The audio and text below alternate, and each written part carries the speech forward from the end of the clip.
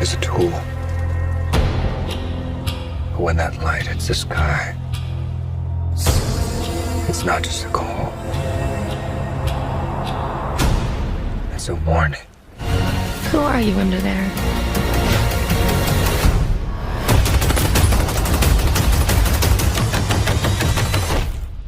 I'm vengeance.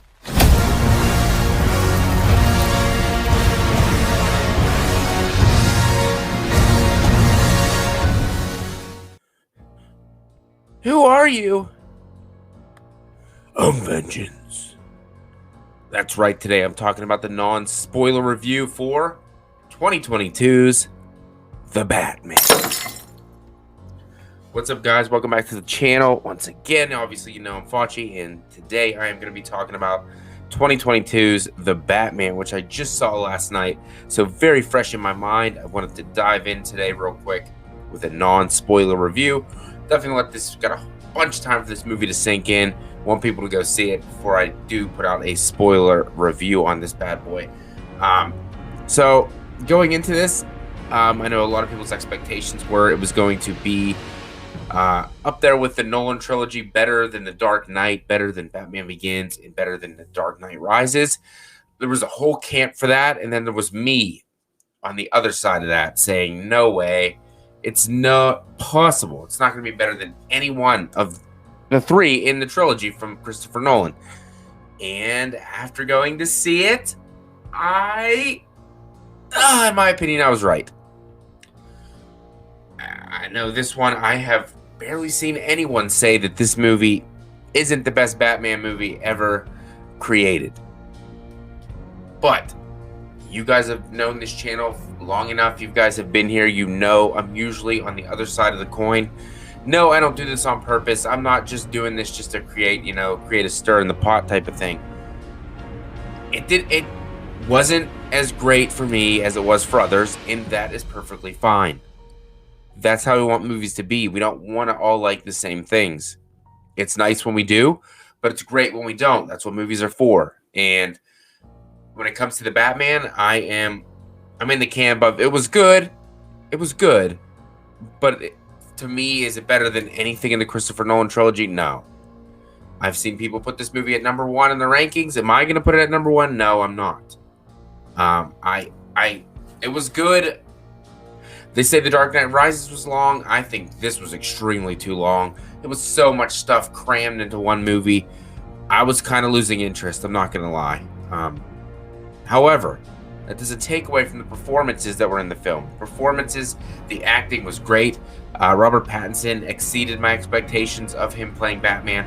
I wasn't one of those saying, oh my god, he was a sparkling vampire, he's going to be terrible.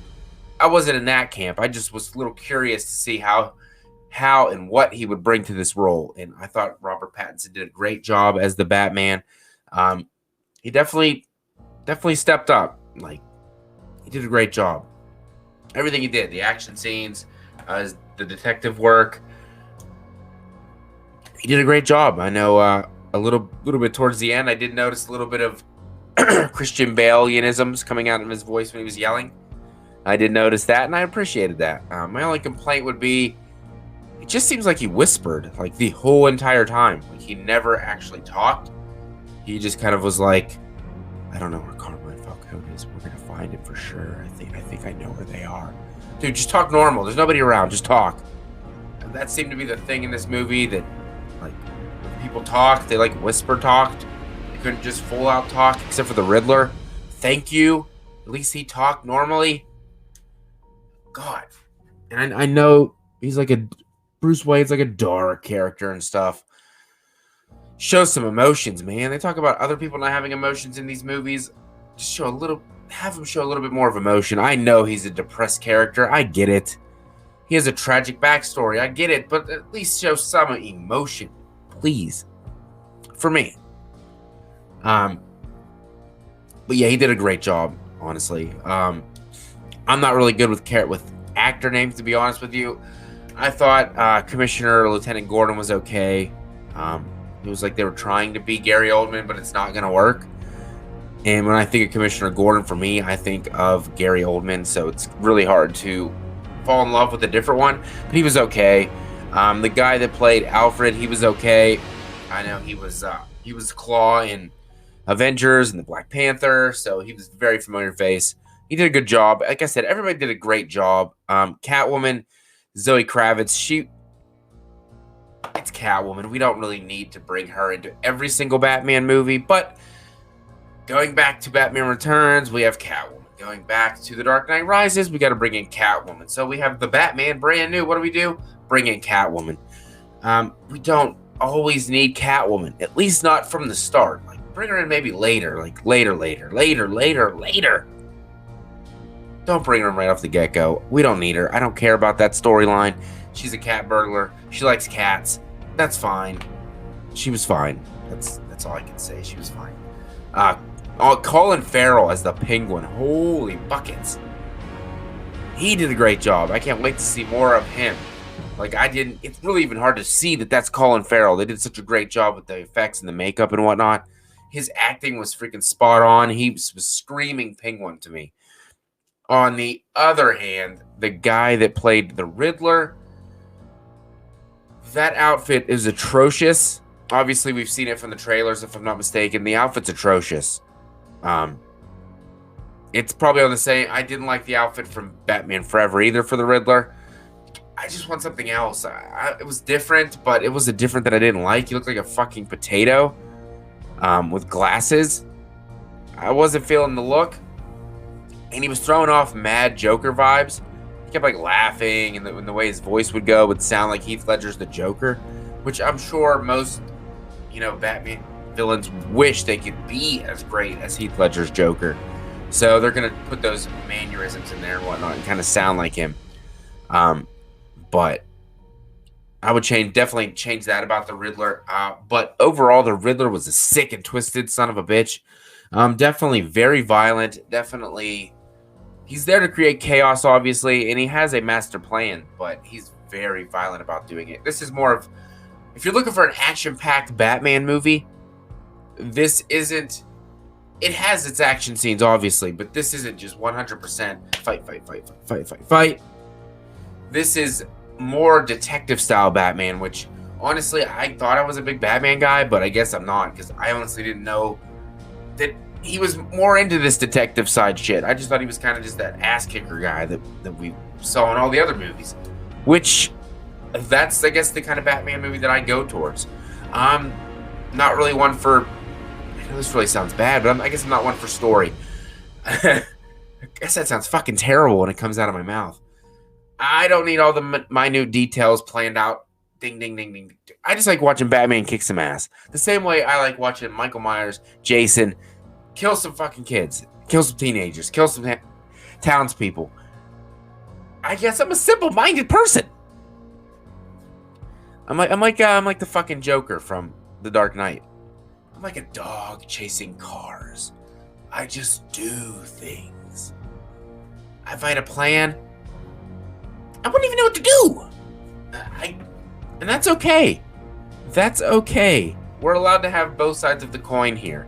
We're allowed to have the people that love the in-depth, the research, the detective Batman. That's fine. And we're allowed to have the people that just love the brute kicking some bad guy ass all damn day. And that's where I fall. You can call me simple-minded. You can call me dumb. I don't understand what I'm watching. That's fine. It doesn't bother me. That's just who I am. And that's what I want. So it's not that this movie was bad. I would say for me, it's good / okay. Some of it I really liked. Some of it I didn't. By the way, the Batmobile, I didn't think I was going to like it. It was pretty kick-ass, dude. That thing was beautiful. I love that. The chase scene that happens in this movie between him and the Penguin's fantastic. Another thing for me, I thought it was kind of weird that like Batman could just walk around wherever he wanted. Like, he's just walking through a crime scene. Yep, just walking around, going through the police.